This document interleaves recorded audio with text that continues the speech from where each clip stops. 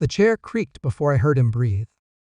The note was on the counter, written in my husband's careful, cowardly block letters. Gone on a cruise with my ex-il. Stay home and take care of stepdad. He needs you. I didn't see didn't cry, folded the note once, and put it in my pocket like evidence.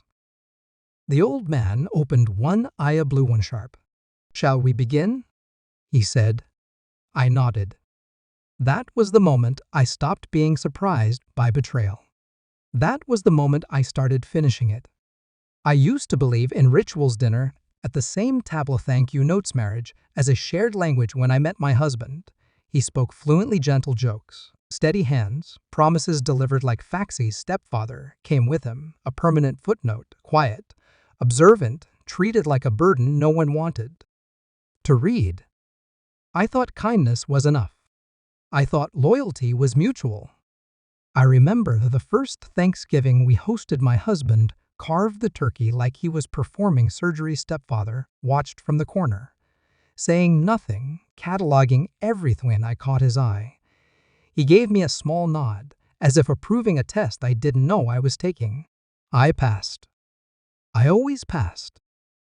The change came softly. It always does. A phone turned face down, a calendar. Invite delayed a day. Sudden interest in cruises he'd once mocked. He said he needed space. He said I was imagining things. Said his ex was ancient history. History has a way of repeating itself when you don't learn from it. I found the proof on a Tuesday afternoon, tucked inside a shared cloud folder. He forgot I could access 2 tickets, a cabin upgrade, a message that read, Thanksgiving, just like old times. I didn't confront Jaime, didn't scream. I copied everything. Control is quieter than rage. Listen, sit, waits. So when I came home to an empty house and a living relic in a rocking chair, I understood the insult. The thought caretaking would distract me, thought obligation would soften me, thought wrong. The stepfather watched me read the note, watched my face settle into something still. 4 days, he said. That's how long the cruise lasts. I met his gaze. Plenty, I said. We began with rules, didn't need much, meds on schedule, meals warm, television off in exchange. He told stories, not the sentimental kind, the accounting kind. Spoke in numbers and names and habits. He spoke of his stepson's first Lee, his second marriage, trust he broke, and the money he hid.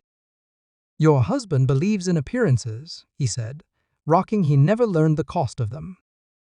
At night, while the house slept, I worked and filed paperwork. He never thought I'd touch. He separated accounts that should have been separate years ago. Rose credit. He changed passwords. I sent quiet emails to a lawyer whose reputation was surgical. Day 2, I met with a banker. Day 3, an accountant. Day 4, a notary. Each signature felt like tightening a knot he'd tied himself. I didn't erase him, let him exist on paper, in records, in places that would soon ask questions he couldn't answer.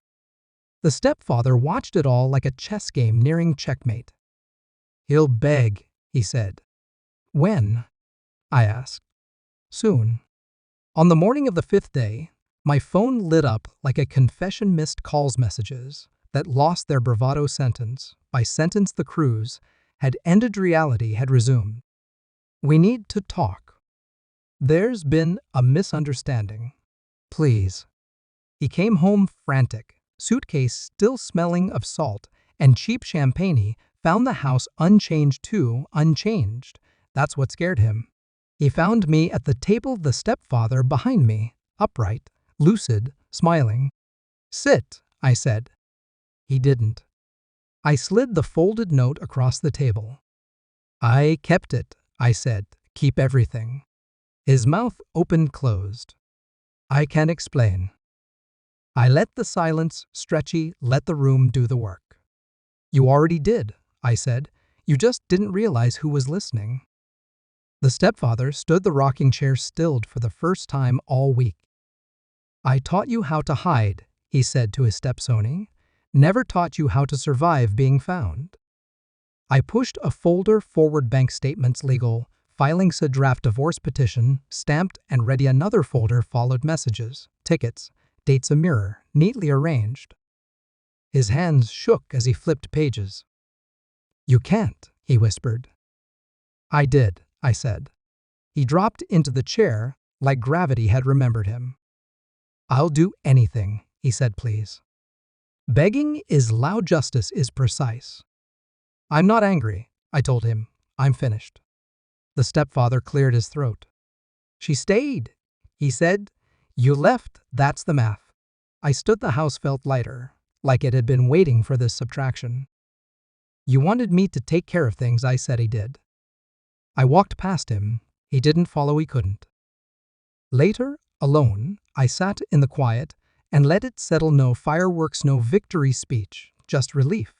Clean and exact betrayal had asked for my obedience or revenge, answered with my freedom. The rocking chair was still, the note was gone. I had nothing left to keep except myself.